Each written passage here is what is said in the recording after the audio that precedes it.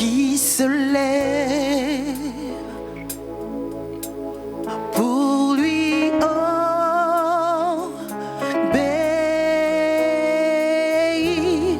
Dieu a eu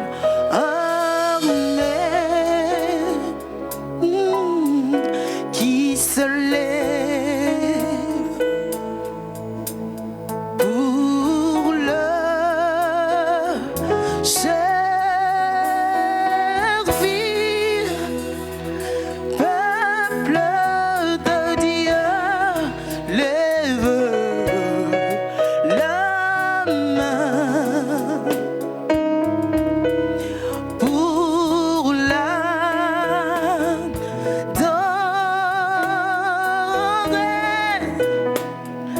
Peuple de Dieu, ouvre la bouche, car Dieu veut parler. Il veut parler. Peuple de Dieu, lève les mains pour l'adorer. Pour l'adorer. Peuple de Dieu,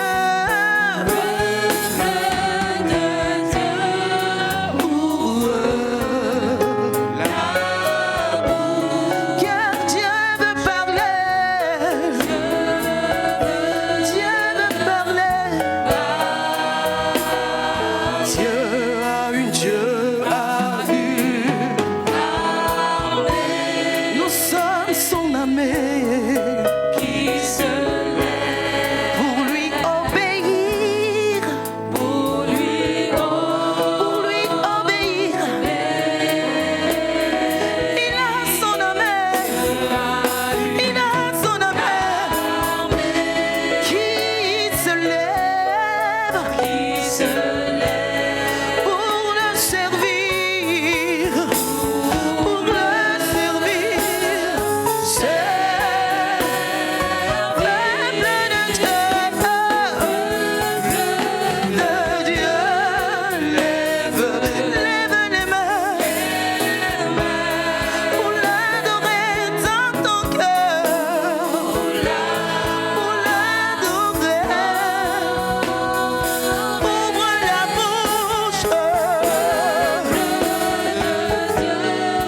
Ouvre la bouche. Car Dieu veut parler.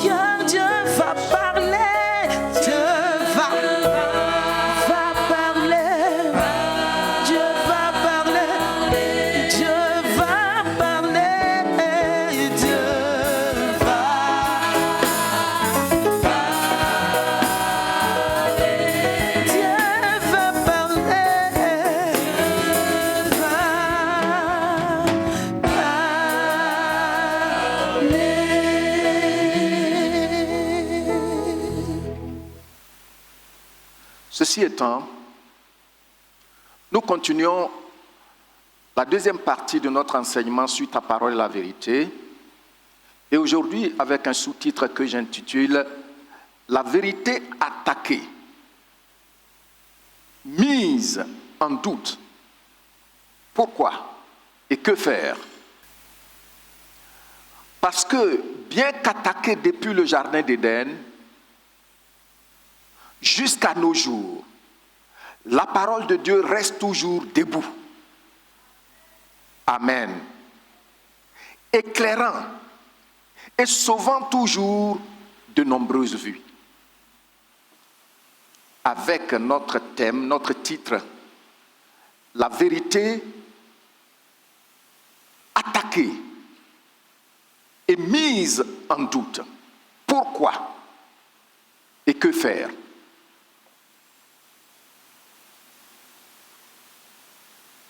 Nous allons voir dans ce partage, premièrement, comment la parole de Dieu a été attaquée depuis le jardin d'Éden. Deuxièmement, la parole de Dieu a été attaquée par le peuple d'Israël, les dépositaires même de la loi de Dieu. Troisièmement, comment elle est attaquée par la pensée moderne. Quatrièmement,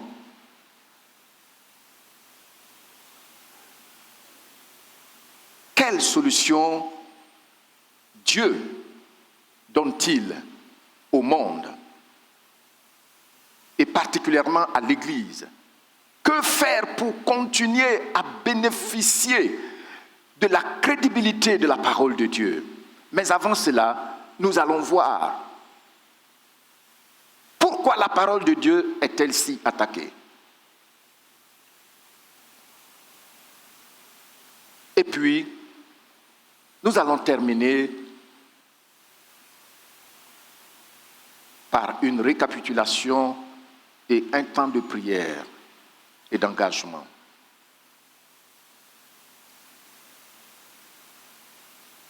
Nous avons beaucoup de textes de base par rapport à notre lecture aujourd'hui. Nombre chapitre 23, verset 19. Ésaïe 45, verset 24. Genèse 55, du verset 10 au verset 11. Ésaïe 55, s'il vous plaît. Genèse 3, du verset 1 au verset 5. Jean chapitre 1, verset 14. Et puis nous ajoutons aussi Jean chapitre 8, verset 32, verset 36. Alors, comme je vous le disais, la parole de Dieu a été, depuis lors, attaquée dans le jardin d'Éden. L'importance de ce que je vais t'expliquer à ce niveau, c'est que la vérité de Dieu, ce n'est pas aujourd'hui que c'est attaqué. Depuis le jardin d'Éden, la vérité de Dieu a été attaquée. Comment? Pour que toi aussi tu puisses faire attention. Pour conserver cette vérité avec jalousie en toi. Amen. Alors, la Bible dit, et nous lisons notre passage de Genèse, chapitre 3. Il dit, le serpent était le plus rusé de tous les animaux des champs que l'Éternel avait fait. On ne dit pas le plus intelligent, mais le plus rusé. Il dit à la femme, Dieu a-t-il réellement dit, vous ne mangerez pas de tous les arbres du jardin? La femme répondit au serpent, nous mangeons du fruit des arbres du jardin. Mais quant au fruit de l'arbre qui est au milieu du jardin, Dieu a dit, vous n'en mangerez point et vous n'y toucherez point, de peur que vous ne mouriez. Alors, le serpent dit à la femme, vous ne mourrez point. Tu vas lire après moi ce verset 4 là. Alors, le serpent dit à la femme, vous ne mourrez point.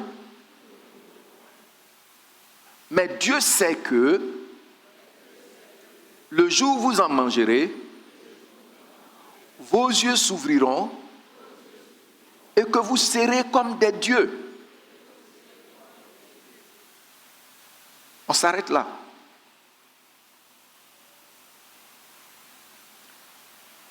Nous prenons la version parole de vie. Et dans la version parole de vie, je lis et je vais te demander de lire certaines parties avec moi. Il dit, parmi les bêtes sauvages que le Seigneur avait faites, le serpent était le plus rusé. C'est intéressant quand tu lis les différentes versions et que presque toutes les différentes versions choisissent certains mêmes mots. Ils n'arrivent pas à contourner ces mots. Faites attention quand vous lisez la Bible et vous voyez ça.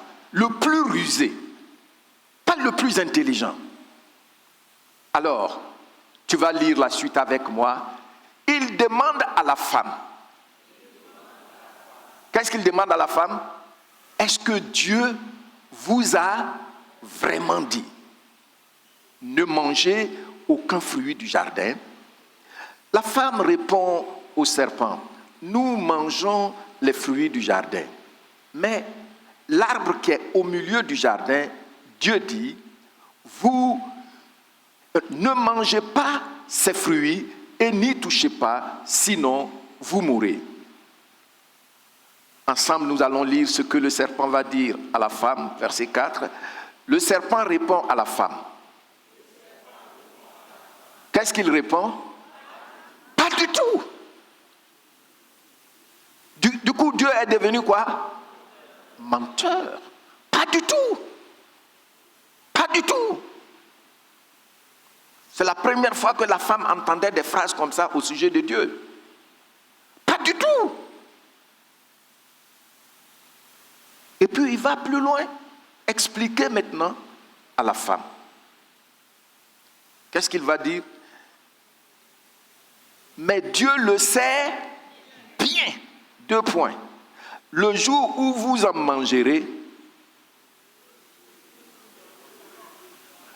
et du coup, il est en train d'insulter la femme et son mari. Vous êtes des aveugles.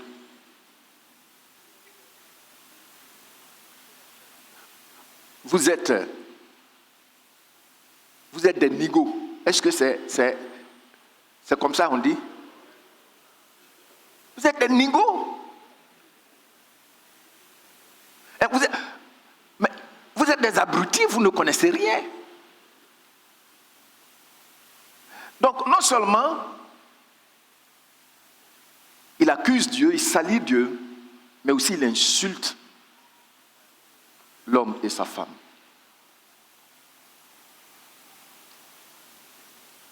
Et ça, c'est pas nouveau. Souvent, on entend des gens, dès que tu dis que tu es chrétien, ils ont un rire jaune, alors qu'eux, ils se déshabillent nus sur l'ordre de leur Dieu, ce que toi, ton Dieu ne permettra jamais. Même pas devant ton enfant. Vous vous rendez compte?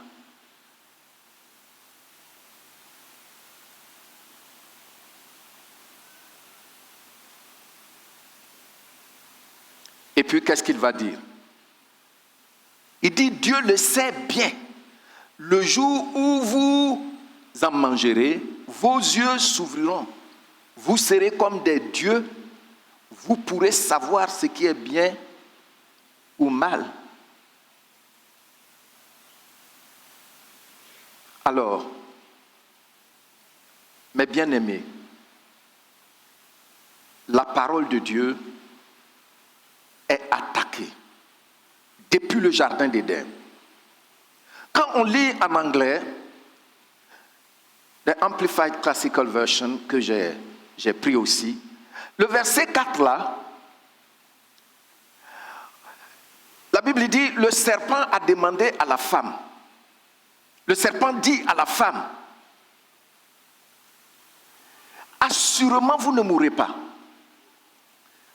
Ça m'a vraiment frappé. You shall not surely die. Assurément vous n'allez pas mourir. Moi je vous assure que vous n'allez pas mourir. Et le déclic a commencé dans l'esprit de la femme. Mais bien aimé, le premier acte de Satan contre Dieu et sa parole a été dans le jardin d'Éden.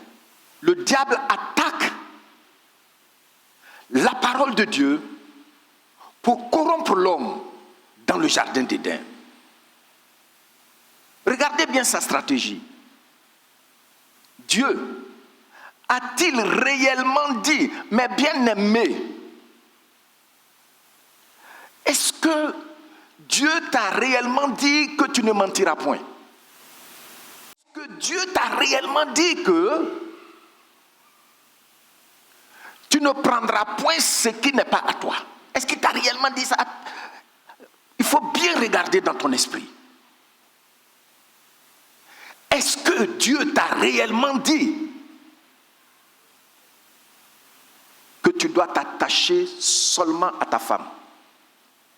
Dieu t'a réellement dit ça? Écoute, Dieu t'a-t-il réellement dit que sans le mariage, tu ne dois pas avoir de relations sexuelles avec une femme ou avec un homme? Est-ce que Dieu t'a réellement dit ça? Tu penses que c'est vrai? Regardez la structure de la phrase. Quand on voit la structure de la phrase, c'est vraiment une phrase stratégique qui fait qu'il y a un déclic dans l'esprit. Ce n'est pas que la femme et son mari n'étaient pas intelligents, ils étaient intelligents. Mais quand l'ennemi met un accent sur ce que Dieu dit, quand il questionne avec stratégie ce que Dieu dit, il cherche simplement à semer le doute. Et il a réussi. Minimiser, mépriser ce que Dieu dit. Contredire ouvertement la vérité. Contredire ouvertement la vérité. Dieu dit, tu ne mentiras point. Mais le diable dit non. Tu peux falsifier les choses. Dire que j'ai 1000 francs par mois alors que tu as 50 francs. Ça, je refuse. Je connais la vérité. La vérité là est là. La vérité là, elle est là. Et elle tient debout. Tu vas tourner jusqu'à, tu vas revenir. Elle te regardera droit dans les yeux. Mais le mensonge va fuir. Voyez-vous, mes bien-aimés, le diable est stratégique. Beaucoup de gens sont séduits, pas parce qu'ils n'ont pas la force de l'esprit pour marcher dans la fidélité, mais c'est tout simplement parce qu'il y a des questions stratégiques que l'ennemi lui pose, que les autres lui posent, le mépris, Ah bon? Nous devons savoir que le diable n'a pas changé depuis lors. Il contredit ouvertement la parole de Dieu. Deuxièmement, ce qui est encore plus étonnant, la parole de Dieu est attaquée par le peuple de Dieu, lui-même son peuple, dépositaire des alliances et de la loi. La parole de Dieu, c'est eux qui l'attaquent, c'est-à-dire les Juifs. Tu lis la Bible, tu es dépassé. Et c'est pourquoi, ça c'est une des raisons pour lesquelles je crois vraiment que la parole de Dieu est la parole qui vient de Dieu lui-même. La Bible vient de Dieu lui-même. Parce que la réalité est que même les Juifs, dans les mains desquels il a déposé la parole là, ils combattent la parole. Regardons Ézéchiel. Ézéchiel chapitre 18, du verset 29 au verset 32. Regardez ce qu'il dit. Alors, je vais vous demander, s'il vous plaît, de vous tenir debout. Nous allons lire cette parole ensemble.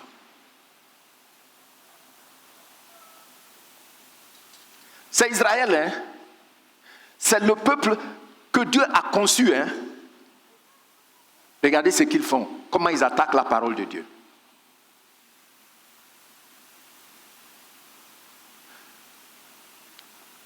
Et c'est Dieu qui parle ici. La maison d'Israël dit. Ça là, ce n'est pas la maison de Baal. La maison d'Israël dit. La voix du Seigneur n'est pas droite. Et puis écoutez ce que le Seigneur va dire.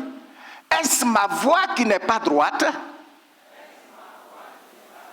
Maison d'Israël, ne sont-ce pas plutôt vos voix qui ne sont pas droites? Écoutez, je vous laisse le temps de méditer un peu là-dessus. Comment quelqu'un te sort de l'esclavage, de la misère, et puis il te transporte sur une terre où coule le lait et le miel.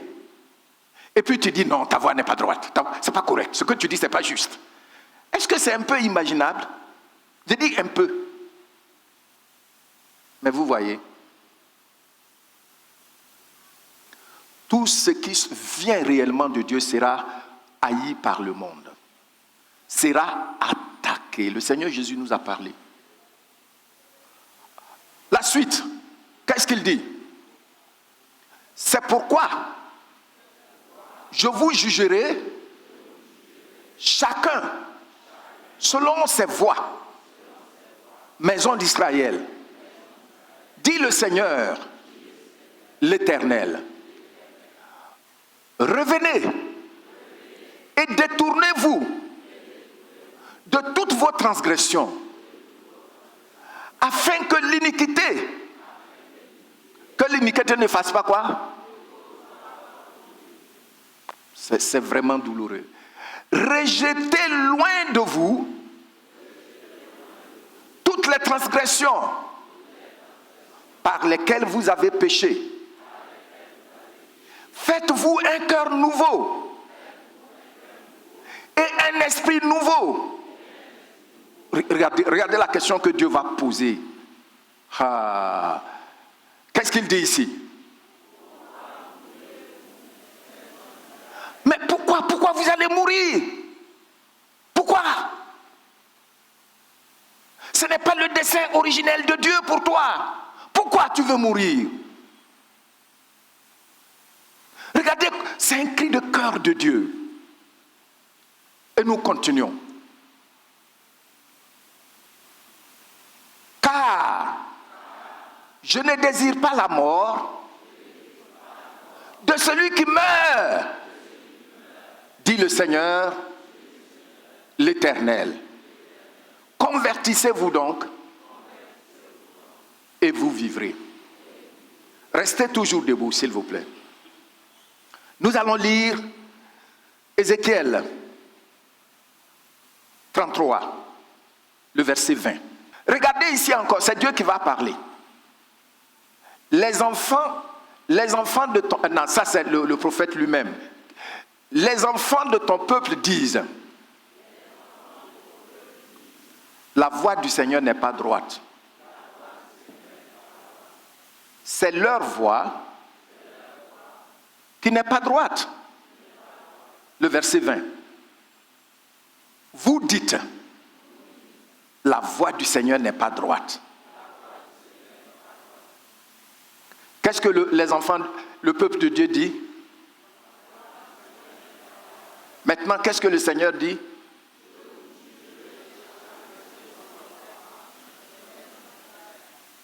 Veuillez vous asseoir.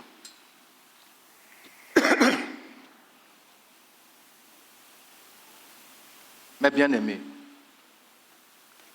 le peuple de Dieu qui a reçu et les lois et les alliances s'attaque à la parole de Dieu.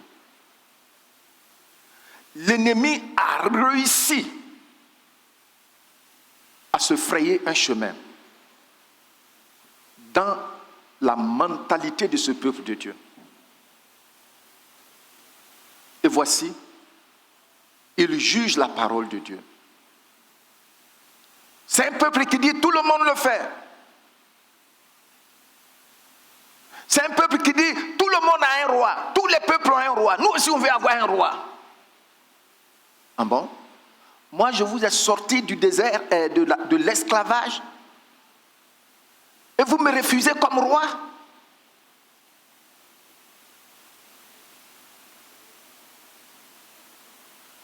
Non, tout le monde, tous les peuples qu'on a connus depuis l'Égypte jusqu'ici là, le Dieu qu'ils servent, ou les dieux qu'ils servent là, ils les voient. C'est des statues. Mais toi, on ne te voit jamais. Mais vous avez vu ses œuvres. Pendant 40 ans, dans ce désert brûlant, en plein jour, il y a une nuée qui produisait le climatiseur pour vous. Pendant la nuit, dans ce désert où il faisait excessivement froid, et ceux qui ont eu l'occasion d'y aller,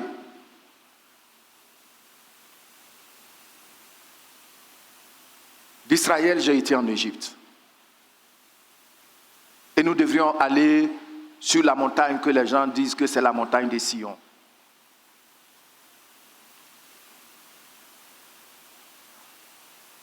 À partir d'1h du matin, vous devez commencer.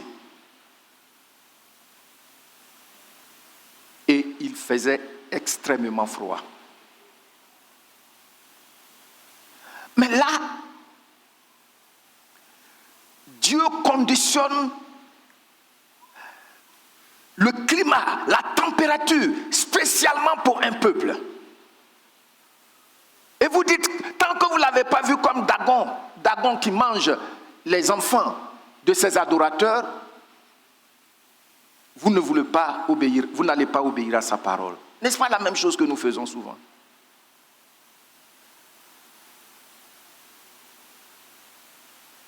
Il fend la mer en deux.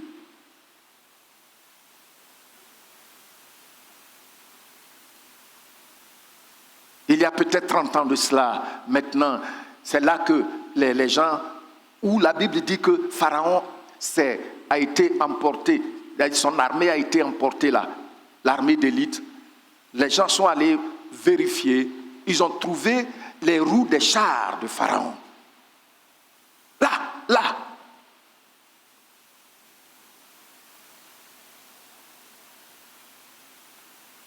Et vous dites, nous, ce que nous voulons pour montrer que tu es vraiment Dieu, il faut qu'on te voie physiquement. Donc, on va faire... et puis toi, tu nous dis, tu ne te feras point d'image taillée. Tu ne te feras point une représentation quelconque qui soit dans les cieux, dans les mers et sur la terre. Tu ne le feras jamais. Les autres peuples le font parce qu'ils ne connaissent pas le Créateur. Mais tu dis, c'est ça je veux. Ta parole n'est pas droite. Tu vois, ta parole n'est pas droite. Mais ça, c'est quel Dieu ça? Tu nous dis de ne pas joindre deux animaux de différentes espèces, un bœuf avec un âne pour labourer. Ça fait quoi?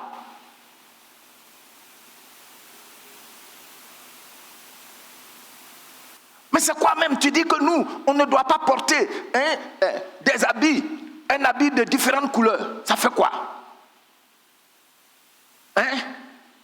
Ça va avec moi, ça va bien avec moi. Mais ça, c'est quel Dieu ça? Il nous dit, faut pas verser le vin nouveau dans les vieilles outres. Ça fait quoi? Ta parole n'est pas droite. Amen. Et Dieu vient comme un homme. Je vous ai déjà dit, quand Dieu parle souvent dans les Écritures comme un homme, souvent même, il pleure. C'est ce qu'on appelle en théologie l'anthropomorphisme. C'est-à-dire, Dieu s'incarne dans la peau de l'homme. avec tous ses sentiments d'amour. Il dit, donc c'est moi dont les paroles ne sont pas vraies, ou bien c'est les vôtres. Et puis il dit, je vous jugerai chacun de vous. Voyez-vous qu'il y a beaucoup qui cherchent la démocratie pour vivre comme ils veulent. Non, non, non, non, non, non, non. La parole de Dieu transcende et Dieu va juger chacun de nous selon tes œuvres, selon ce que tu dis dans le secret, selon ce que tu fais dans le secret. Même si tu as des supporters, il jugera chacun de nous. Il leur dit ça. Et il dit, je veux que vous sachiez, vous êtes en train de mourir, mais je ne veux pas que vous mouriez.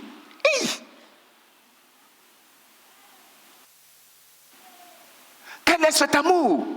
Je ne veux pas que celui qui meurt, ça veut dire que le processus est déjà entamé, mais il veut arrêter ça. Puis on se rébelle, on se révolte dans les assemblées. Ah bon? Est-ce que vous savez un peu ce à quoi vous vous livrez? Donc ici, le peuple de Dieu lui-même a toujours attaqué la parole avec un esprit orgueilleux. Et vous allez constater quand vous étudiez l'histoire d'Israël, depuis ce que la Bible nous donne jusqu'à l'histoire contemporaine, je me demande s'il y a un peuple qui a souffert plus qu'Israël. Je me demande. C'est un peuple qui a souffert.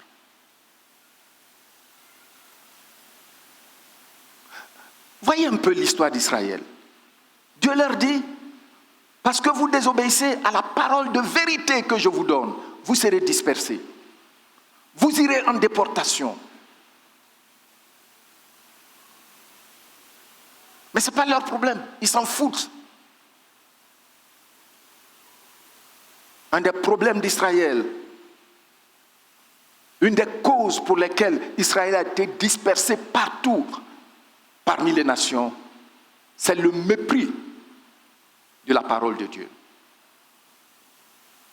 Et nous les chrétiens, on doit faire très attention.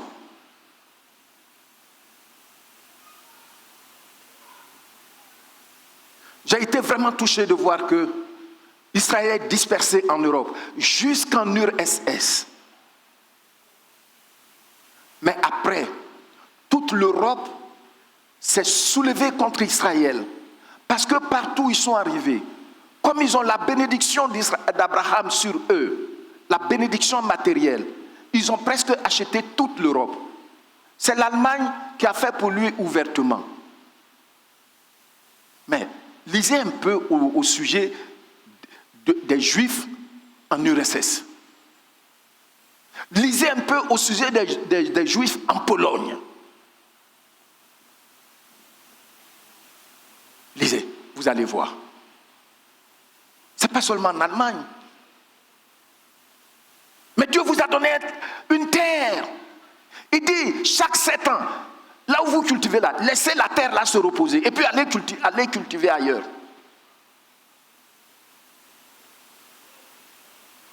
Ou pendant les 7 ans, vous n'allez rien cultiver. Je pourvoirai à vos besoins. Parce que à la 7e année là, vous allez récolter le double de ce que vous récoltiez. Comme ça, vous pourrez. Et puis, ils ne veulent pas. Et Dieu leur dit, si vous ne laissez pas la terre se reposer, je vais vous déporter à Babylone. Comme ça, la terre va tellement se reposer au point de devenir désert. Tout ça là, ça s'accomplit. Quand tu lis, tu vois, ça s'accomplit. Toute parole qui procède de la bouche de Dieu. Oh, excusez-moi, les mamans. Toute parole qui sort, quand ça sort de la bouche de Dieu, c'est vrai. Et c'est la raison pour laquelle le Saint-Esprit est là. Pour nous dire ça, c'est vrai. Il ne faut pas jouer avec. Vous pensez que le Saint-Esprit est là pour dire, j'ai vu que tu as un drap bleu sur ton lit. Ou bien ton oncle, à côté duquel il y a un papayer les feuilles sont presque jaunes aujourd'hui. Et puis tu commences à dire, oui. Non, mais bien aimé, il y a quelque chose. La vérité est attaquée par le peuple de Dieu lui-même. Et ça ne nous dit rien. On monte des coups dans l'église.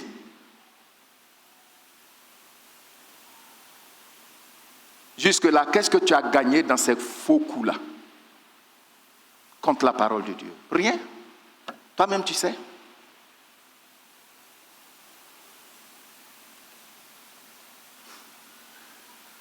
Quand je regarde le commentaire de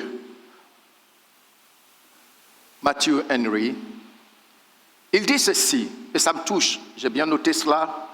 Il dit, quand les hommes ne veulent pas se soumettre à la vérité, ils accusent Dieu pour se justifier eux-mêmes. C'est la même chose. Quand les hommes, peut-être que tu vas le dire avec moi, parce que Henry a tellement bien dit ça. Quand les hommes ne veulent pas se soumettre à la vérité de Dieu, ils accusent Dieu pour se justifier eux-mêmes. Et les conséquences qui les portent. Vous voyez? Mais bien aimés, la parole de Dieu est la vérité absolue. Elle n'est pas là pour nous enlever nos droits, mais bien plutôt pour nous restaurer pleinement dans tous nos droits. Je ne t'entends pas. Si tu ne te fais pas une idée juste de la parole de Dieu, tu vas prêter le flanc à l'ennemi et il ne va pas te rater. Troisièmement, la parole de Dieu attaquée frontalement par les penseurs ou philosophes depuis les années-lumière. 17e, 18e siècle.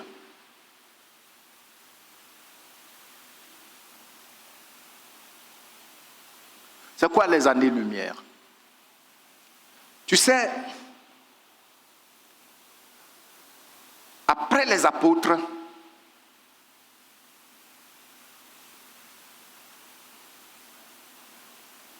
il y a eu, c'est vrai, d'atroces persécutions de l'Église. Mais à un moment, les empereurs étaient entrés dans l'Église. Et là, tout le monde est entré dans l'Église. Mais avec ses pratiques. Chacun est venu avec ses pratiques. Vous voyez, l'adoration de Marie, et si tu joues avec ça, si tu parles de ça, avec ceux qui l'adorent, tu seras leur ennemi. C'est intéressant de voir que dernièrement, c'est pour ceux qui ont vu sur BFM TV, il y a eu un certain débat que le pape, leur pape actuel, il a dit de ne plus adorer Marie. Marie n'est pas co-rédemptrice. C'est-à-dire, il y a une personne, avec Jésus, c'est Marie et Jésus qui rachètent les vies. Est-ce que Marie s'est sacrifiée pour quelqu'un? La Bible dit, sans effusion de sang, il n'y a point de pardon. Qui a versé son sang? Mais c'est ça. Donc il y a eu ce débat, et ils ont dit, mais s'il ne faut plus adorer Marie, si Marie, c'est pas sérieux, pourquoi il y a eu les visions à Lourdes ou bien quoi là, vision en Espagne, vision ici de Marie. Et les gens ont discuté. Mais Jésus-Christ est sur son trône. Je suis le chemin. Là et là, dit le Seigneur Jésus. Tu ne peux pas, ça ne marche pas. Le pape a aussi dit, que Dieu a changé de parole.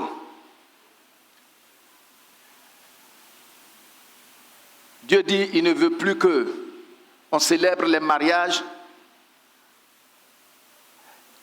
Ils ont utilisé un terme, et vraiment le péché enrichit l'homme d'un vocabulaire verni. Monosexe. J'ai entendu ça à la télévision quand ils faisaient leur débat là, que oui, et puis le pape dit que maintenant on ne doit plus accepter les monosexes, mariage monosexe.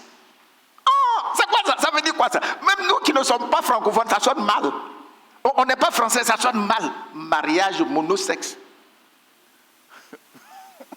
Oh, le péché rend fou.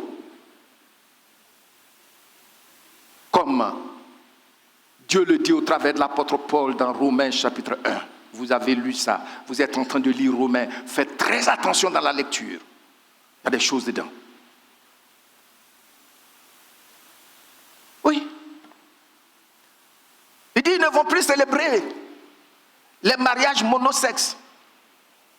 Dieu a dit, si Dieu voulait que les hommes se marient, il aurait créé un autre Adam et non une Ève.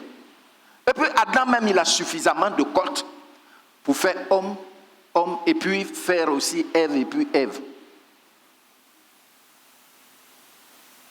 N'est-ce pas? La vérité, non seulement sort toujours de la bouche de Dieu, mais aussi ses œuvres supportent clairement ce qui est sorti de sa bouche. Donc, pendant les années-lumière là, puisque l'Église a maltraité la société, il faut le reconnaître. Quand les empereurs étaient entrés dans l'Église, l'Église était devenue super puissante. C'est à cause de ça, après l'éclatement de l'Empire romain, c'était Rome qui intronisait les rois en Europe. Je vous fais un peu d'histoire. Les responsables des cellules, prenez bien note pour bien expliquer ça dans vos cellules. Je compte sur vous. Et donc, tant que Rome n'accepte pas que telle personne peut être roi, même si elle est issue de la lignée du sang royal, tu ne peux pas être roi. Et d'ailleurs, pour pouvoir être roi, il faut être catholique.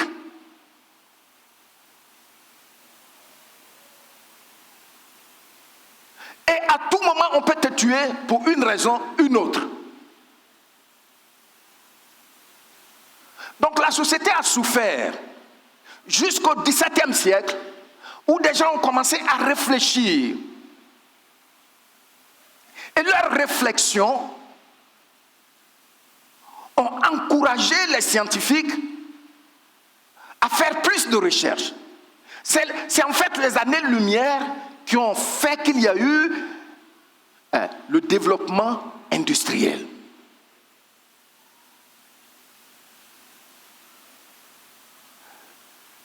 Et comme il y a eu développement scientifique, les penseurs ont été des penseurs pour la plupart des réactionnaires. Qu'à partir de maintenant, c'est là que est né le rationalisme. Le rationalisme, je vous ai expliqué la dernière fois que les cinq sens, ce que les cinq sens ne peuvent pas justifier, démontrer, c'est que ça n'existe pas. C'est ce qu'on appelle le rationalisme. Donc, je dépends seulement de ma raison. C'est l'homme qui est désormais au centre. Avec vos affaires de religion, tout ça là, c'est fini. C'est pourquoi quand vous lisez, la plupart des philosophes, depuis d'ailleurs les années-lumière, jusqu'au XXe siècle, ils ont été des réactionnaires pour la plupart. Regardez.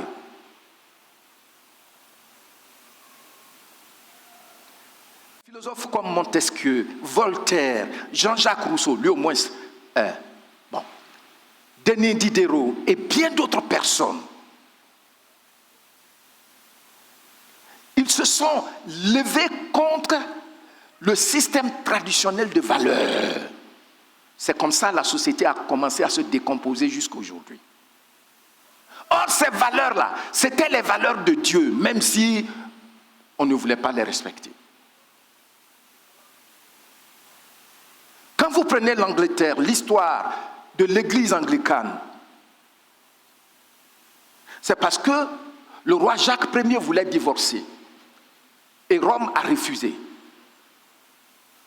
Et il s'est rébellé. Il a dit, il va divorcer. C'est dans ce divorce-là, l'Angleterre s'est détachée de l'église catholique pour créer son église qu'on appelle l'église anglicane.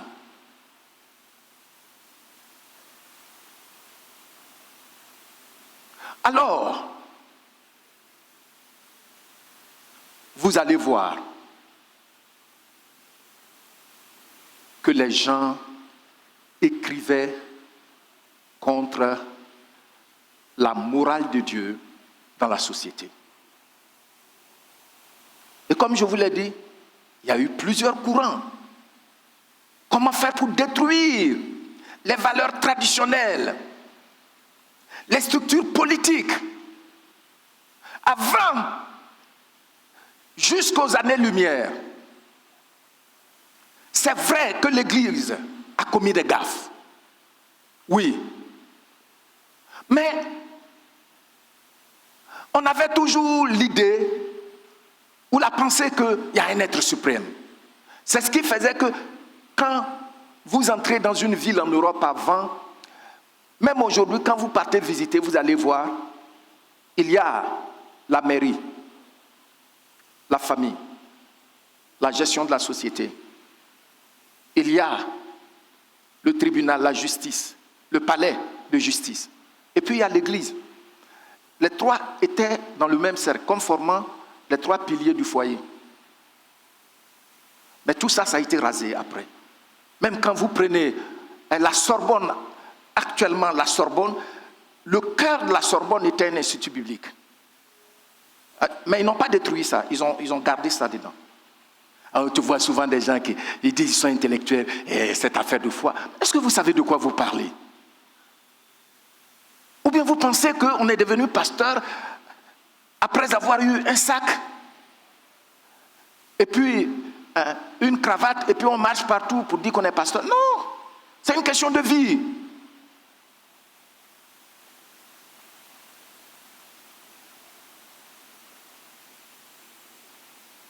C'est pourquoi on insiste sur la formation. Donc, mes bien-aimés, voici, tout a commencé à être attaqué. L'éducation, les valeurs traditionnelles, la monarchie absolue. C'est eux qui sont venus et puis la monarchie absolue a été destituée. Et puis, c'est-à-dire, c'est les rois qui ont droit de vie et de mort sur les citoyens. Alors la société s'est éloignée progressivement de Dieu. Chacun devient son propre Dieu. N'est-ce pas? Oui. Et ça, c'est le rationalisme, c'est l'existentialisme de Jean-Paul Sartre. Vous les lisez. Et vous voyez que, à partir de là, l'on va dire qu'il n'y a pas de vérité absolue. Si moi, ma voix porte dans ma société, tout ce que je dis est une vérité. C'est ce qui fait aujourd'hui qu'on a les homosexuels et tout. Avant, ils se cachaient, mais maintenant, c'est institutionnalisé. Aidez-moi à prononcer le mot. Qui est en train de chorbi et puis ça n'arrive pas là? Vous voyez, mes bien-aimés, beaucoup de courants réactionnaires sont nés à cette époque-là. Jusqu'à aujourd'hui. La dernière fois, je vous ai parlé un peu de l'épistémologie. Je vous disais que mon professeur parlait d'épistémologie quand j'étais en terminale. Le monsieur parle. Je ne comprenais rien. Épistémologie. Puis il parle, il fait ses doigts comme ça, il se parle tout seul. C'était quelqu'un qui se parlait tout seul généralement au cours. Je ne comprends rien. Il a fallu que je sois à la faculté où j'ai fait le grec. Et puis j'ai vu épistémé, connaissance, savoir, étude du savoir, étude de la connaissance. Et puis progressivement, l'épistémologie s'est étendue sur d'autres domaines de sciences. Sinon, avant, c'était réactionnaire, c'était rationaliste. Mais comment l'homme qui est déchu peut découvrir la vérité avec sa seule raison pervertie? Il ne faut pas nous distraire. Il ne faut pas nous distraire. Voyez-vous, le sophisme, ceux qui savent bien parler pour convaincre même quand ce n'est pas vrai. L'existentialisme humaniste, l'homme est au centre, tout dépend de moi-même. Et puis, plus les siècles passent, pire deviennent les philosophies ou les penseurs. Vous prenez par exemple quelqu'un, un courant comme l'évolutionnisme de Charles Darwin. Mais quand j'ai lu à son sujet, vous savez, je prends le temps de lire au sujet de tout cela. Ne serait-ce que pour avoir un résumé. Tu n'es pas scientifique. Est-ce que vous savez qu'il n'est pas scientifique? Tu n'es pas un scientifique. Comment un insecte peut sortir de l'eau et puis après, il évolue et puis il devient un être pensant? Comment? Alors qu'on a beau étudier l'être pensant, son système diffère de celui des animaux.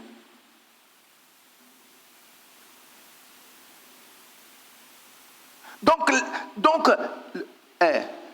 le ver là, il s'est développé et puis il est devenu un singe après. Mais depuis que nous, on a connu les singes en Afrique, ils sont toujours là. Lequel est devenu un homme? Et souvent, quand vous regardez la chaîne nature, mais quand ils ne parlent que des animaux. Quand ils parlent des animaux, ils arrivent sur les singes. Voici nos cousins. Mais ils sont devenus, comment? Fou!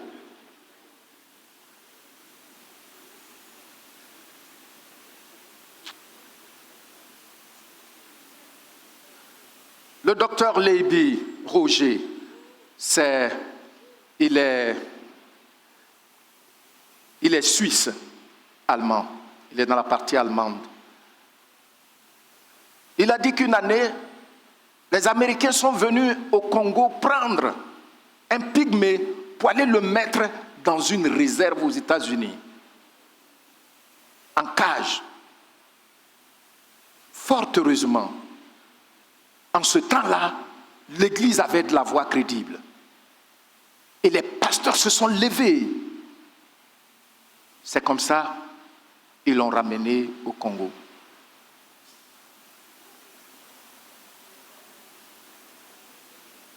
Que Dieu ait compassion de nous.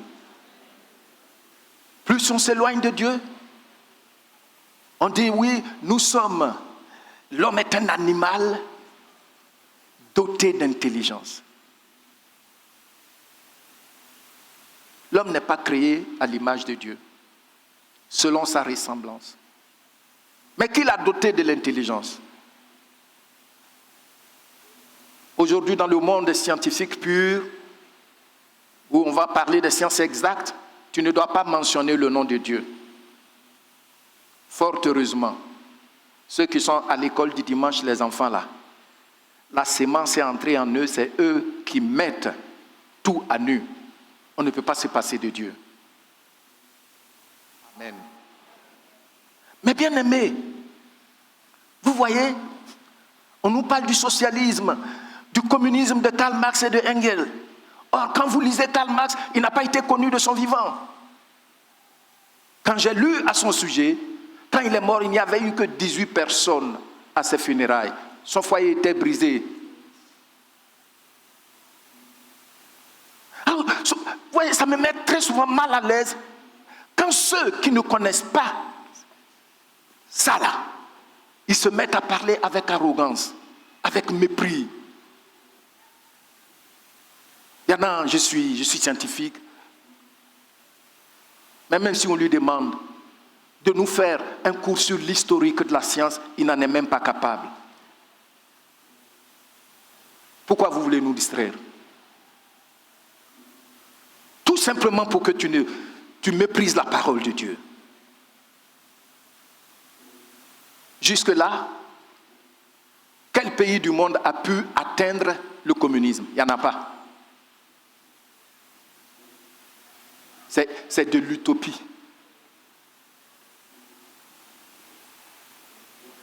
Parce qu'on veut se débarrasser de Dieu. On trouve tous les moyens. Alors que Karl Marx, quand il soutenait sa dissertation en classe de terminale avant d'aller à l'université, portait sur la résurrection de Jésus-Christ. Démontré. Souvent les gens parlent. Et quand les gens parlent, tu les regardes jusqu'à... Mais à cause de l'université là, ou par la grâce de Dieu, nous tous nous sommes passés. Quand même. Quand même. La sagesse recommande qu'on ne parle pas mal de ce qu'on ne connaît pas. Moi, si je parle de l'idolâtrie, si je parle du fétichisme, de la sorcellerie, je sais ce dont je parle. Parce que là, Jésus est venu pour détruire ses œuvres. Et je vois ça, je l'ai vécu. Je l'ai expérimenté.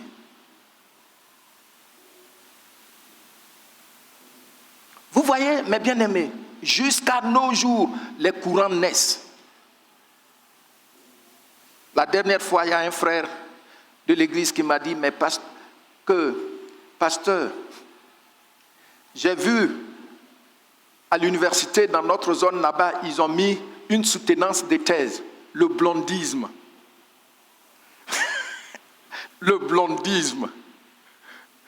C'est-à-dire, il va parler d'Alpha Blondy, de la philosophie, le blondisme. Est-ce que vous vous rendez compte? Regardez où on va.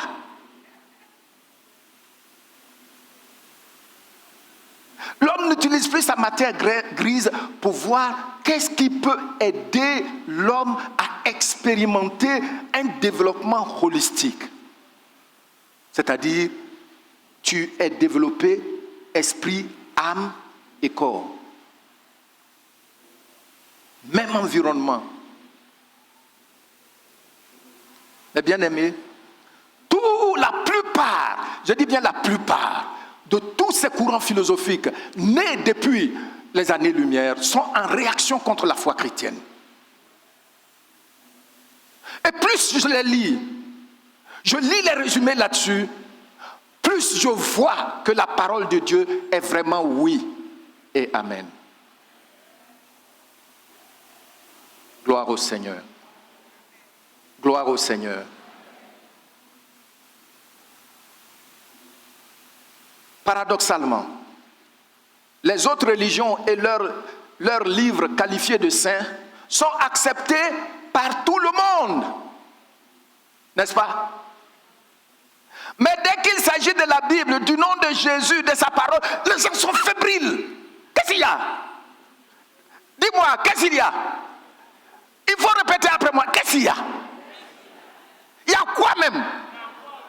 Hein? Dès qu'on parle de Jésus, tout le monde est fébrile, tout le monde est fébrile. Il y a quoi même? Si ce n'est pas parce qu'il est le Dieu véritable.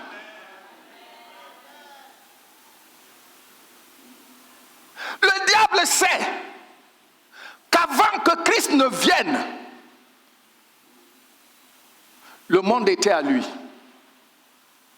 Mais quand Christ est venu, Par son sacrifice à la croix de Golgotha, Christ l'a dépouillé des droits qu'il a volés. C'est pourquoi partout dans le monde aujourd'hui, il y a des gens qui voient clair par la vérité qui est Jésus-Christ. Amen. Qui me suit? Tu es béni au nom de Jésus-Christ.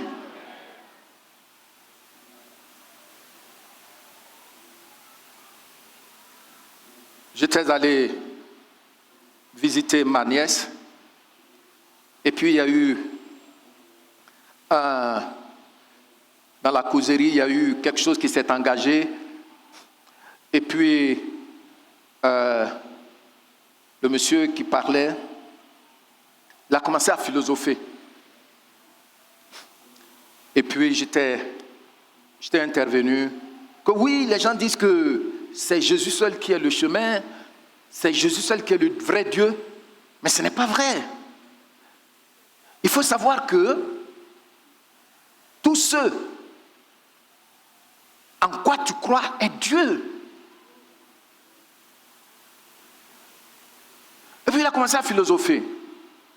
Et puis je lui ai dit, vous savez,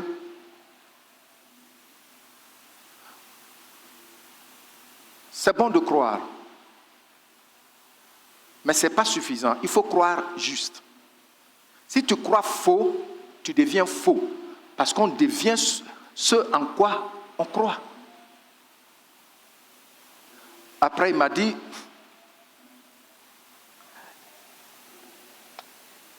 que j'ai envie de t'inviter pour des débats parce que vraiment j'ai été éclairé.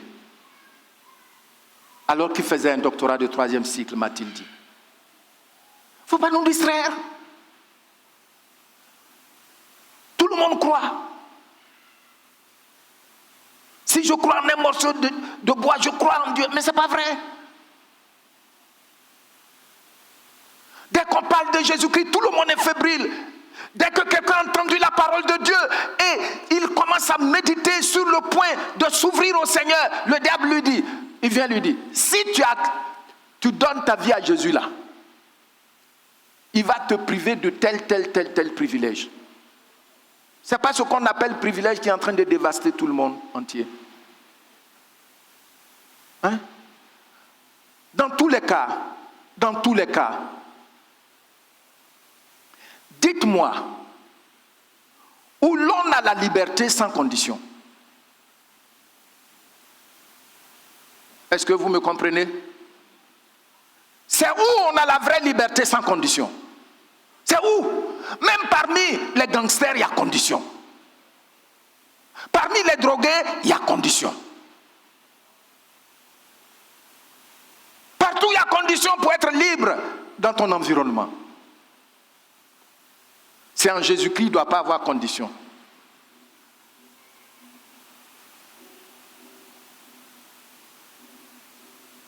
Vous voyez, malgré les attaques, les critiques, les théories, les lois immorales votées contre la parole de Dieu, par les pays dits puissants et civilisés, bien-aimés, je voudrais que tu reçoives ça dans ton esprit. La parole de Dieu reste toujours debout. Amen. Vous savez, la parole de Dieu est vraie. Avant que nous, il y a beaucoup de tribus dans le monde entier. Avant qu'ils n'aient reçu l'évangile, ils savaient qu'il y avait une vie après la mort. Il y a le feu. Et puis aussi, il y a un endroit paisible. Ce n'est pas la Bible qui est venue nous montrer ça. La Bible est venue nous éclairer de comment faire le bon choix. Amen. Les Akans, ça je peux mieux en parler. Les choses ont changé maintenant. Mais avant, chez les Akans, aucune fille, jeune fille n'a le droit d'avoir un copain ou une copine avant le mariage. Non, ça ne se fait pas. Moi, j'ai ma tante. Elle était très belle. Elle était vraiment belle. Elle est venue à Boaké, chez son grand frère. elle l'a tact. Quand son mariage approchait, ses parents l'ont rapatrié au village. Et quand les gens faisaient le mariage, vous savez, les amis du mariage sont là, du marié sont là.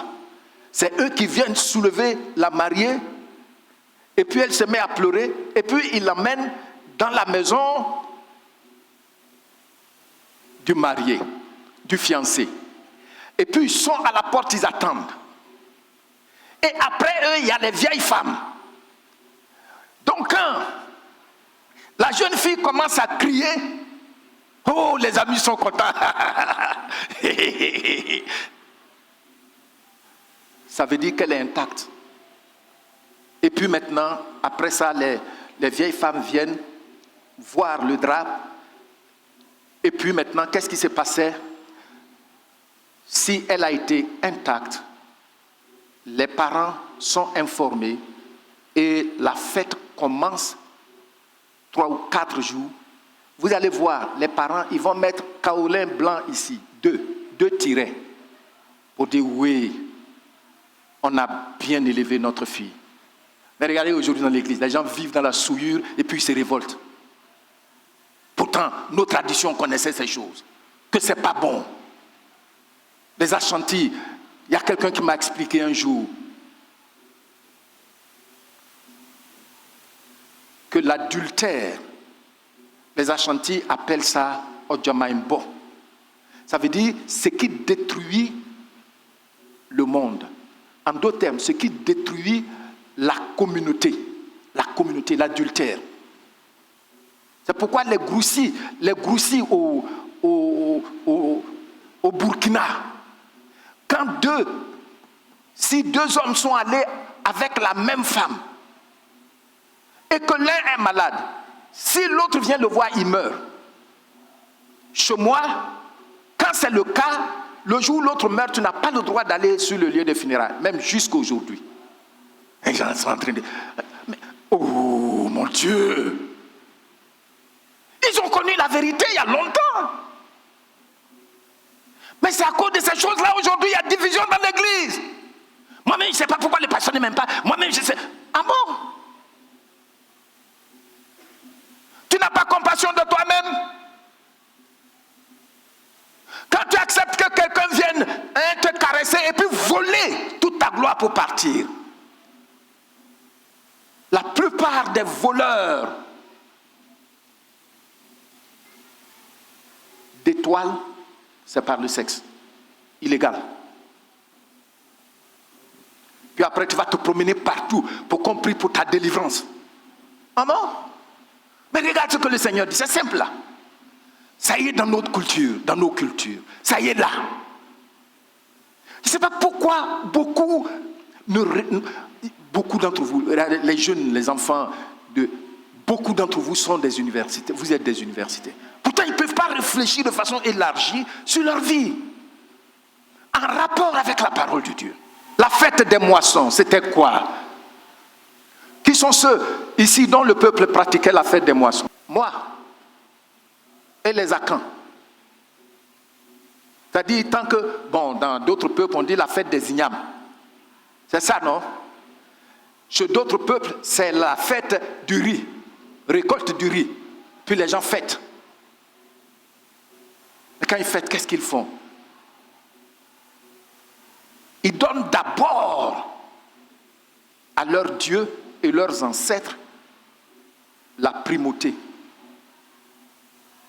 Aujourd'hui, on parle de dîmes, il y a des gens qui disent, moi je ne suis pas d'accord. Mais tu n'es pas d'accord, il ne faut pas être ici, il faut partir. Là où tu es d'accord. Vous voyez comment le diable attaque la parole de Dieu et nous rend malheureux. La parole de Dieu reste debout. Spurgeon dit ceci. La parole de Dieu est la vérité. Car Dieu est la vérité. Il ne peut dire que la vérité. Comme le soleil ne peut que lui briller. La parole de Dieu est la vérité. Car Dieu est la vérité. Il ne peut dire que la vérité.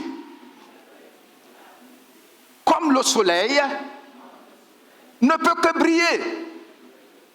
Oui.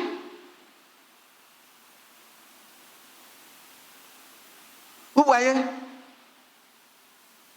Nous allons voir maintenant que faire. Mais avant de voir que faire, pourquoi la parole de Dieu est si attaquée? Jésus-Christ nous répond. Envoyez. Jean chapitre 8, verset 32. Et je vais vous demander, s'il vous plaît, de vous tenir debout. Nous allons le lire ensemble. Qu'est-ce que le Seigneur dit? Je lis et puis tu lis partout où tu es. Il faut lire de sorte à t'entendre toi-même. Vous connaîtrez la vérité. Et la vérité fera quoi? Envoyez l'autre. Non, le verset 36.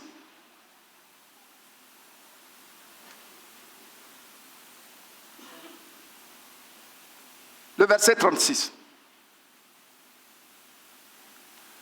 Il dit quoi? Si donc le Fils vous a franchi, qu'est-ce que vous allez expérimenter? Acclamons le Seigneur. Et veuillez vous asseoir dans la paix de Dieu. Le diable attaque la parole de Dieu avec des questions percutantes, tout simplement parce qu'il sait que si tu connais la vérité, tu seras réellement libre. Alléluia. Alléluia. Si tu connais la vérité, tu vas passer d'un camp d'esclavage au camp de la liberté. Gloire au Seigneur. Le diable ne veut pas que les gens soient libres. C'est pourquoi il attaque la vérité. Mais je voudrais que tu le saches avec certitude. Dieu qui t'a créé t'aime. Il veut que tu sois libre. Et réellement libre. Quand tu soulignes l'adverbe réellement, qui dit que ce n'est pas une vue de l'esprit, ça se voit, ça se touche. Gloire au Seigneur. Tu vois? Il dit dans Parole de vie, vous comprendrez la vérité. Et la vérité fera de vous des hommes et des femmes libres.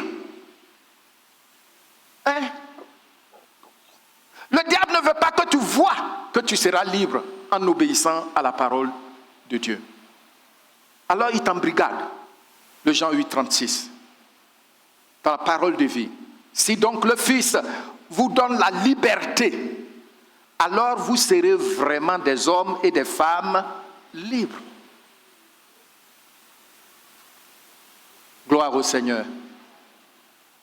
Est-ce que vous ne trouvez pas merveilleux accepter Jésus sans cérémonie particulière, mais tu sens la joie en toi. Tu peux rire sans avoir pris de drogue. Tu peux rire, tu te sens dans la joie sans avoir pris de l'alcool. Est-ce que vous ne trouvez pas que c'est un mystère ça? Mais il y a des gens qui ne réfléchissent pas là-dessus. Réfléchissez là-dessus. Oui, on peut boire un peu, on peut boire un peu, on peut boire un peu. On se passe les vins de table. Qui est-ce que vous voulez distraire? Quand le Fils, si donc le Fils, si c'est donc le Fils qui vous donne la liberté, alors vous serez vraiment des hommes et des femmes libres. On va être vraiment, pas à peu près. Dieu a créé l'homme pour la liberté, non pour l'esclavage, ni pour le châtiment éternel. Le diable attaque aussi la parole de Dieu parce que la Bible nous révèle, est-ce que vous le savez, la Bible nous révèle clairement que le feu éternel là, pour le châtiment, ce n'était pas préparé pour l'homme, mais pour le diable et ses démons. Le diable trouve que c'est une victoire de pouvoir gagner ceux qui ont été faits à l'image de Dieu pour l'accompagner dans ce feu éternel. Il sait que c'est réel. Alors il faut attaquer la parole de Dieu pour que l'homme ne connaisse pas le standard de vie que Dieu communique pour être épanoui. C'est pour détourner l'homme de cette qualité de vie que Satan et ses démons font tout pour nous éloigner de la vérité. Et même dans l'Église, où la Bible a sa place légitime, elle est ouvertement attaquée et défiée. Mais bien aimés, quelle solution Dieu propose-t-il maintenant? Dieu ne veut pas que sa parole soit une idée, au même niveau que les autres paroles ou livres. Je dis quoi? Dieu ne veut pas que sa parole soit une idée, au même niveau que les autres paroles ou les livres rédigés. Je vous disais tout à l'heure,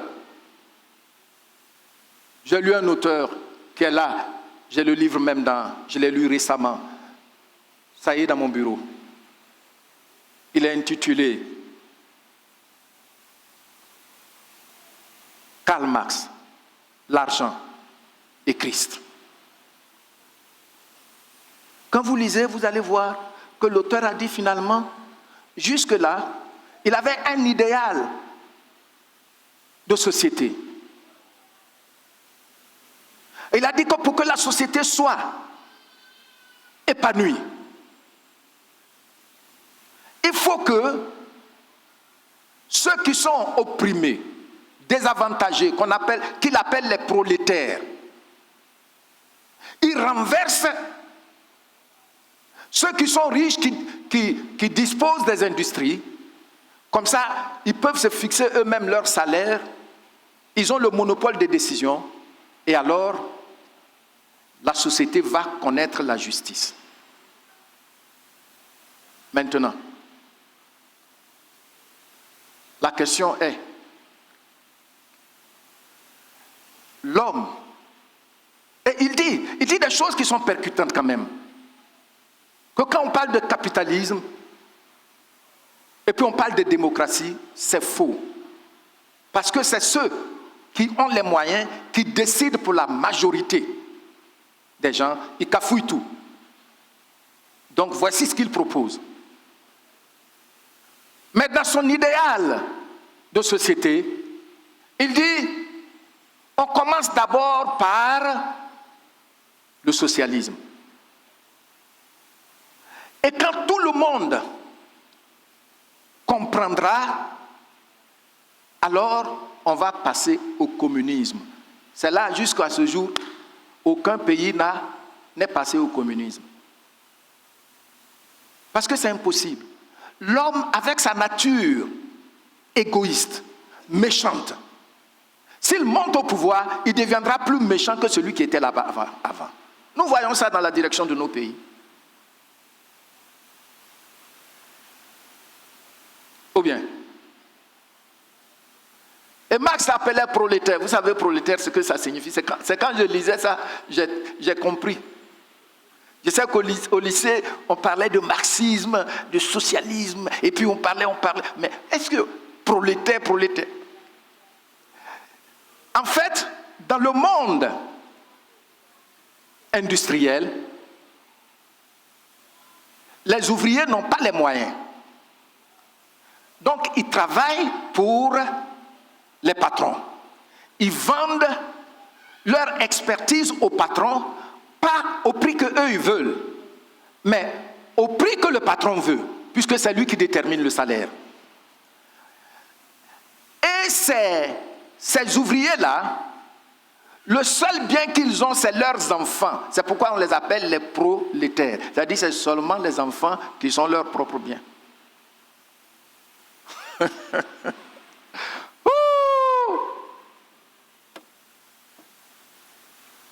Mais bien aimés, qu'est-ce que Dieu nous propose maintenant comme solution? Je vous ai dit, Dieu ne veut pas que sa parole soit une idée, au même niveau que les autres paroles ou livres distincts. Alors, Dieu permet que sa parole devienne une personne vivante. Amen. La parole de Dieu devient quoi? Je veux vous entendre. Si tu as sommeil, il faut te tenir debout. Tu sais, quand je prêche, je prends mon temps. Parce qu'un jour viendra où je partirai avec ce qui est dans mon sein. Vos 30 minutes ne peuvent pas évacuer ça. Vous m'entendez? C'est pourquoi quand Paul, il parle, il y en a qui dorment, ils meurent, ils tombent, ils meurent, il les laisse là et puis il continue.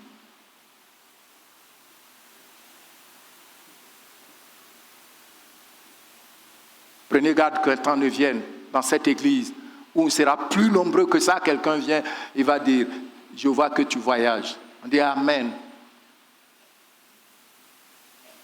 Demain, je vois que ta femme prépare un poulet bicyclette. Je vois qu'elle a mis la cuisse dans ta sauce. On dit oui, vas-y.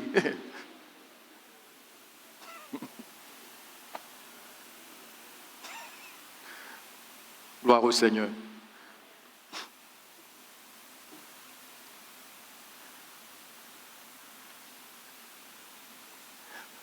La solution est que Dieu permet que la parole là devienne qui? Une personne vivante. Maintenant, elle vit au milieu de nous. C'est pourquoi les gens s'agitent, les Juifs s'agitent contre la parole. Et puis, depuis les années-lumière, on se lève, on dit ce qu'on veut, on dit l'évolutionnisme, et puis on parle. Mais celui qui est la parole écrite là, il est vivant parmi nous.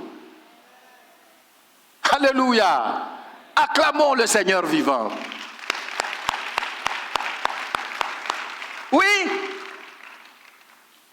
Et il dit, dans Jean chapitre 1, verset 14, et la parole a été faite chair. Le verset 16, il dit, elle est pleine de grâce et de vérité. Vous vous rendez compte? Si quelque chose est plein, qu'est-ce qu'on peut ajouter encore?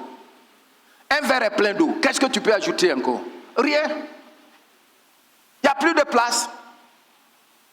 Hein? Dieu fait que son Fils devienne chair. C'est à cause de cela, même si tu veux, il faut dire que Jésus était marié à Marie de Magdala. Aucun chrétien ne va se lever pour te tuer. Parce que lui-même, il se défend. Alléluia. Si tu veux, il faut dire que la résurrection de Jésus-Christ a été fabriquée. Aucun chrétien ne va se lever pour le défendre. Il va guérir un paralytique et puis il va marcher. Tu vas voir. Ses chevilles seront bien affermies. Tu vas voir. S'il n'est pas vivant, comment il fait ça là? Pourquoi on appelle son nom et puis il vient nous guérir? Jésus est là pour défendre la parole écrite.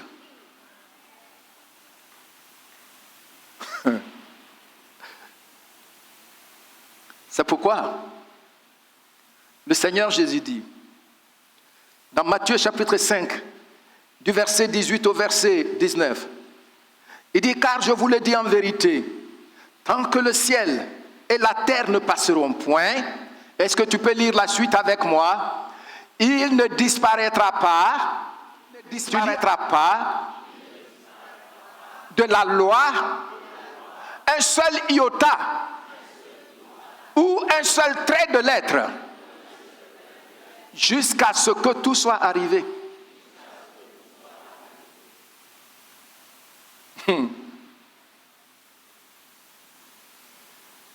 Nous lisons le verset 19. Et tu lis après moi. Celui donc qui supprimera l'un de ses plus petits commandements et qui enseignera aux hommes à faire de même sera appelé le plus petit dans le royaume des cieux. Mais celui qui les observera et qui enseignera à les observer, celui-là sera appelé grand dans le royaume des cieux.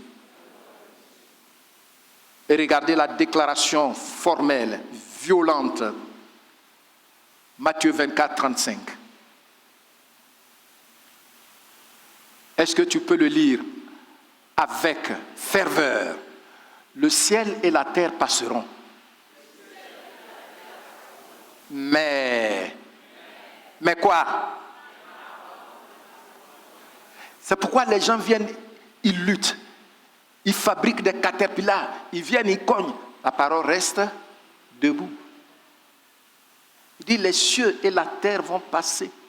Toutes ces philosophies vont passer. Mais lui, sa parole ne passera jamais. Non, non, non, jamais ne passera.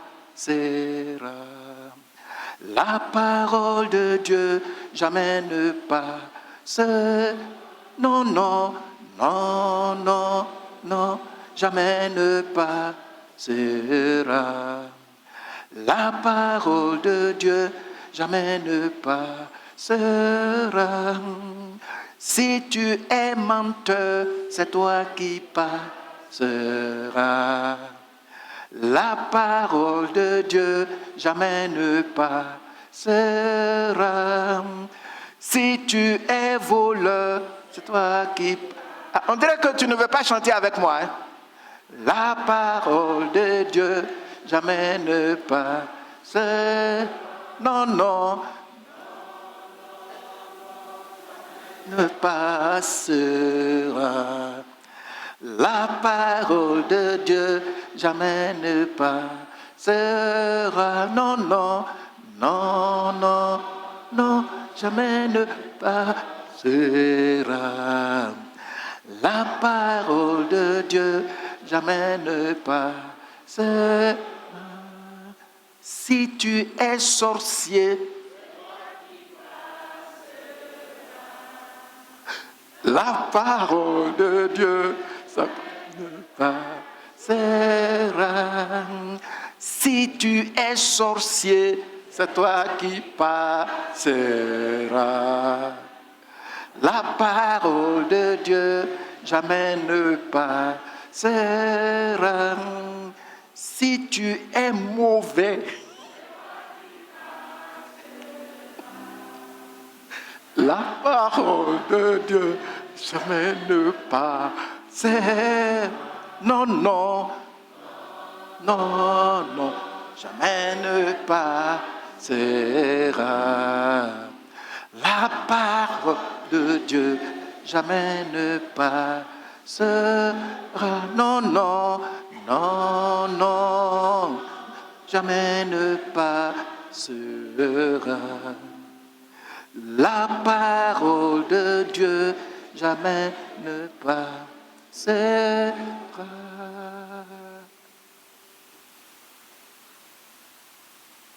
Tous ces philosophes font passer avec larmes. La première fois j'ai lu ce livret intitulé Les derniers mots, les dernières paroles des grands hommes. J'ai eu compassion. Un monsieur comme Voltaire, qui a fait asseoir une bonne partie de sa notoriété en attaquant l'évangile de Christ. Quand il était diagnostiqué, il a promis une partie de ses richesses aux médecins s'il le guérissait. Les médecins ont dit on ne peut rien faire. La femme qui était à son chevet disait Dieu, pardonne-moi tout ce que j'ai fait. Maintenant, il sait que Dieu est là. Et il est mort dans la douleur. Jean-Paul Sartre, qui dit il faut reconnaître que nous nous trompions. C'est qu'elle a fait ça. Mais la parole de Dieu ne passe jamais. La parole de Dieu reste toujours debout. C'est pour cela que faire? Nous devons préparer notre mentalité pour une attitude juste envers la vérité. Amen. Dans Romains chapitre 12, versets 1 à 2, il nous demande d'être renouvelés dans notre intelligence. Vous savez, il y a des choses, quand je prêche, je dis, mais ce n'est pas tout qu'on m'a enseigné à la faculté. On te donne les grandes lignes. Et tu dois commencer à réfléchir en lisant pour bien comprendre les choses. Et ça te permet d'avoir une conviction solide, claire. Il y a déjà même quand on va dire qu'ils sont enfants de Dieu, ils ont honte de le dire. Pourtant, ceux qui sont dans les ténèbres là, ils n'ont pas honte. Celui qui a créé l'église de Satan, quelqu'un m'a envoyé un WhatsApp. Est-ce que c'est... je crois, WhatsApp. Et il dit, quand il devait mourir, il a commencé à dire, on se trompe, on se trompe, on se trompe. On se trompe. Et c'est dans ces mots qu'il est mort. À cause de ça, plusieurs satanistes se sont tournés vers le Seigneur. Ah, vous voulez quoi? Vous avez ça gratuitement. Et puis Dieu a fait en sorte que c'est le livre le plus traduit dans plus de langues sur toute la terre. C'est le livre le plus accessible à beaucoup de personnes sur la terre. C'est le livre qui coûte le moins cher. Une bibliothèque de 66 livres. Avec 2000 francs, 3000 francs, tu peux en avoir.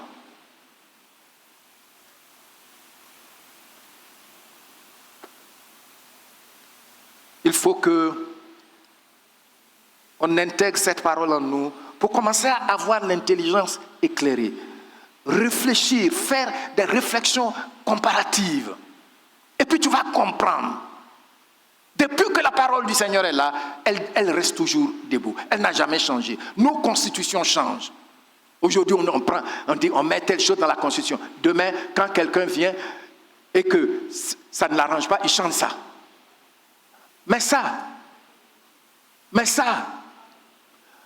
même si ça ne t'arrange pas, tu ne peux pas changer. Parce que ça vient de Dieu. Est-ce que vous voyez? Et pourquoi j'aime ça? Il faut refuser d'avoir honte de la vérité et marcher dans l'obéissance. Parce qu'en matière de foi chrétienne, c'est plus qu'on obéit, plus on est éclairé. Est-ce que vous comprenez? Qu'est-ce que j'ai dit? Plus on obéit, plus on est éclairé. Alléluia! Même quand on parle des sciences justes, quelquefois toutes les théories qu'on donne, les données, c'est conventionnel.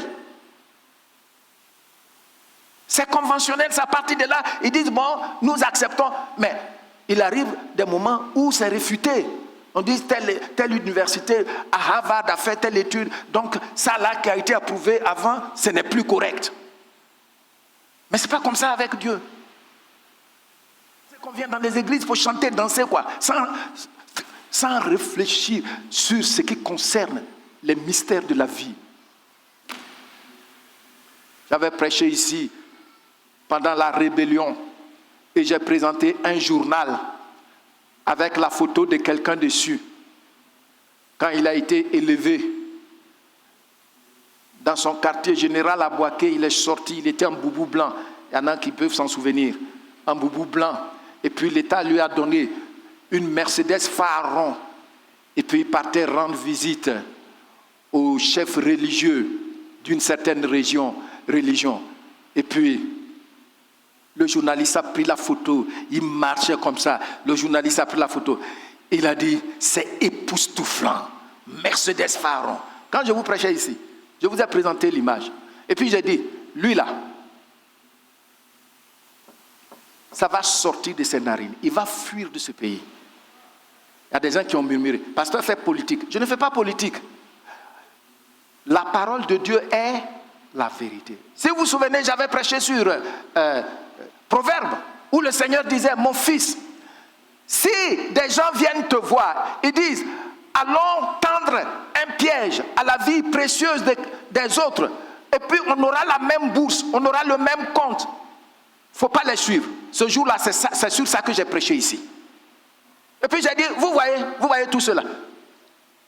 Ils vont regretter. Il y a des gens qui ont murmuré.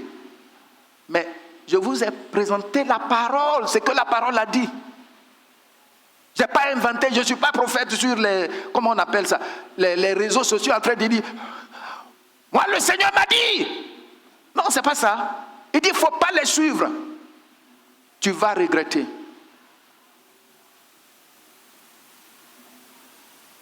Ils sont là, il y en a qui sont escortés avec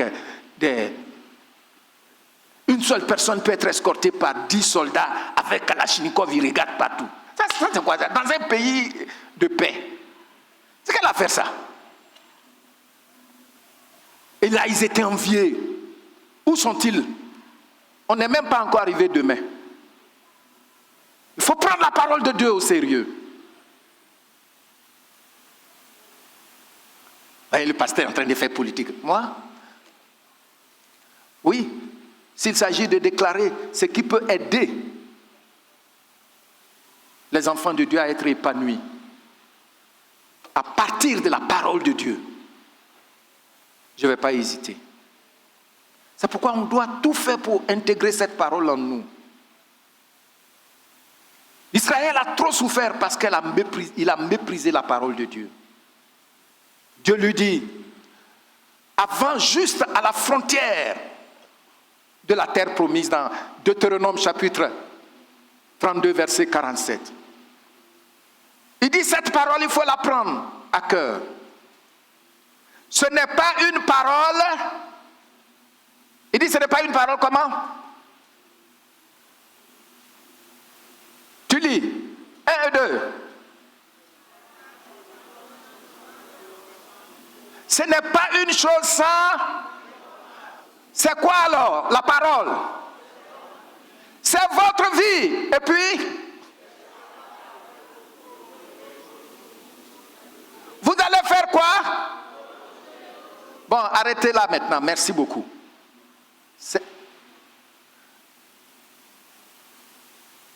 J'ai vu un certain président quand il est arrivé l'année passée, ou bien c'est cette année.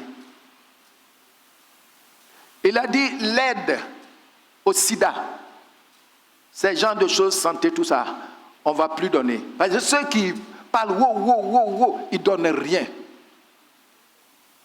Et ça pèse sur mon peuple. Les gens ont commencé. Mais Dieu dit, il a préparé pour toi un moyen de prolonger. Tu es fidèle à ta femme. Tu n'es pas encore marié. Regardez dans nos églises, dans la plupart des églises maintenant. Moi-même, j'ai vu une église ici à Abidjan. Ils demandent plus que nous. Chez nous, ici, quand tu veux te marier, tu dois aller faire le test de sida. Seulement. C'est ça, non? Pour venir présenter. Mais cette église-là, ça dépasse. Ils ont ajouté beaucoup de choses. Tu dois aller faire test de sang. Est-ce que votre sang est compatible? Et beaucoup d'autres choses que j'ai vues.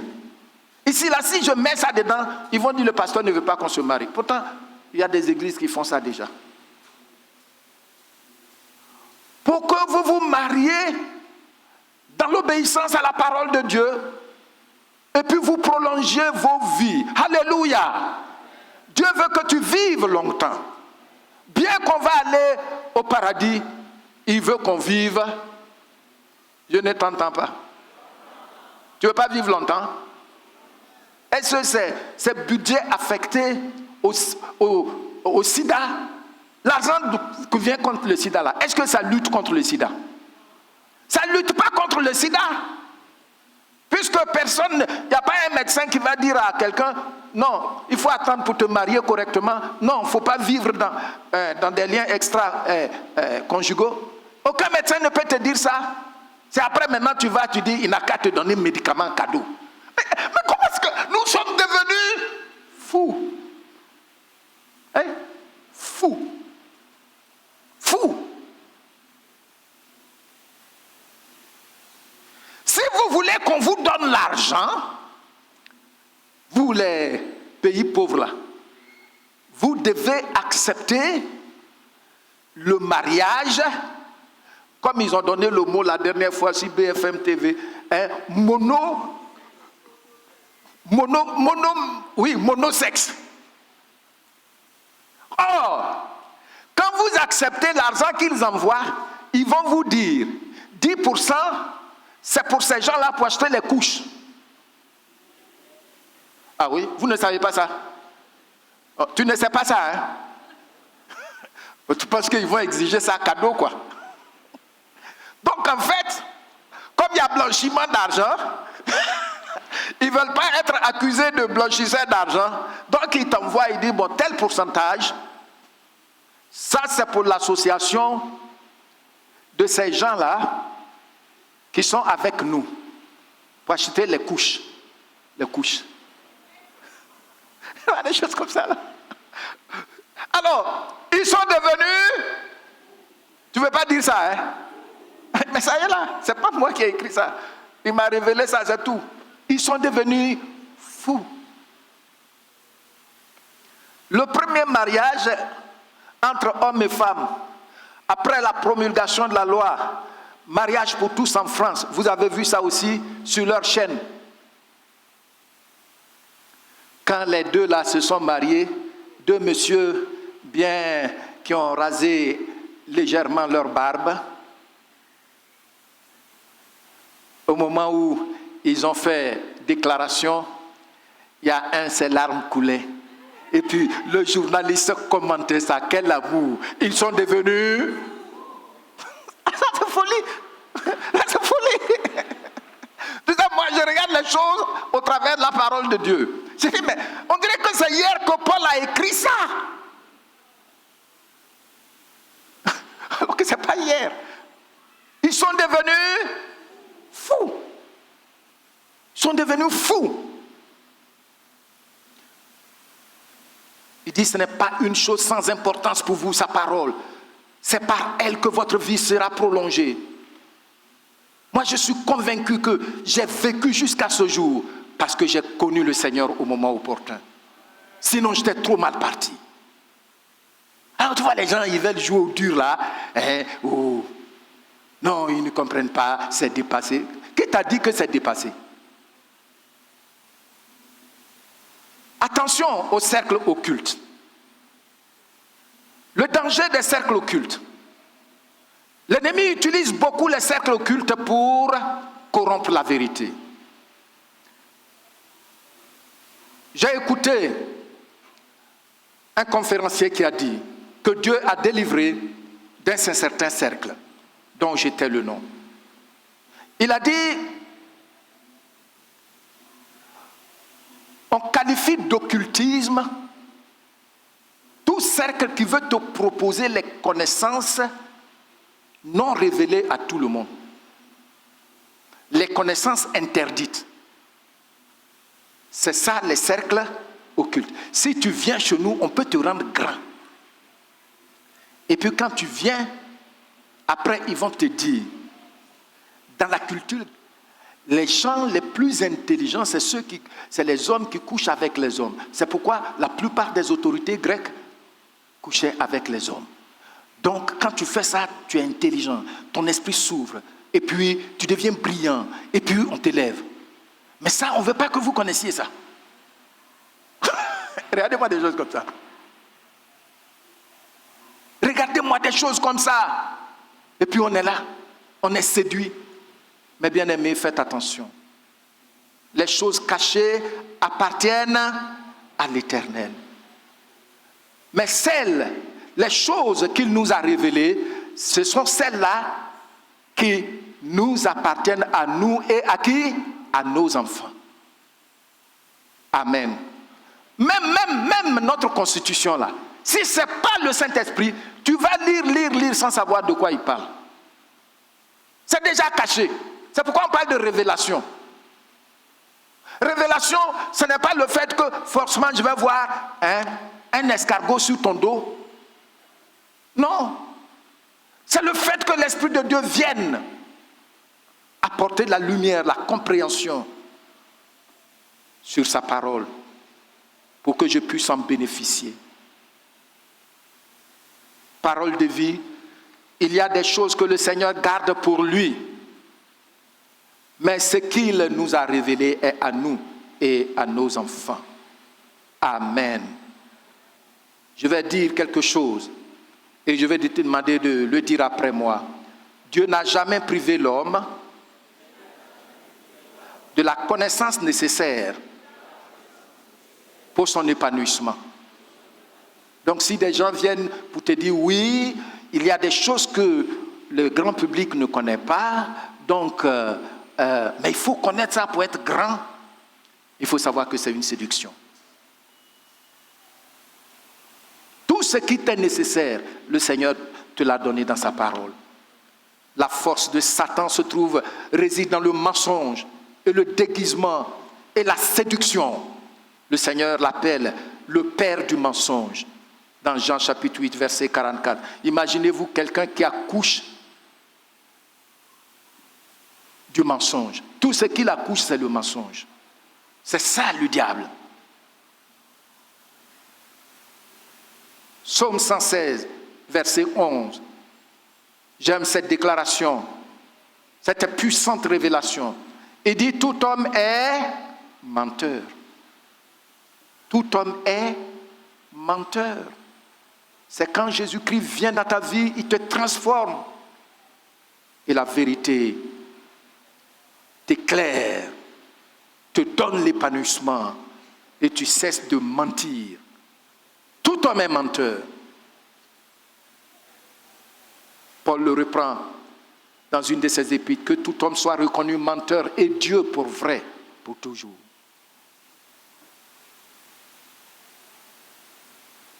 On ne regarde pas notre foi comme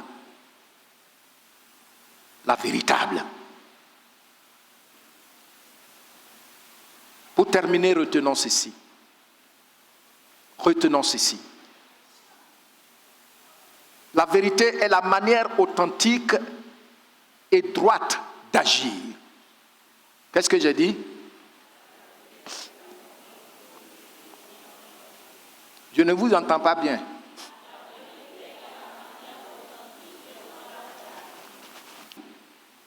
Donc, la vérité est la manière authentique et droite d'agir. C'est ça qui est la vérité.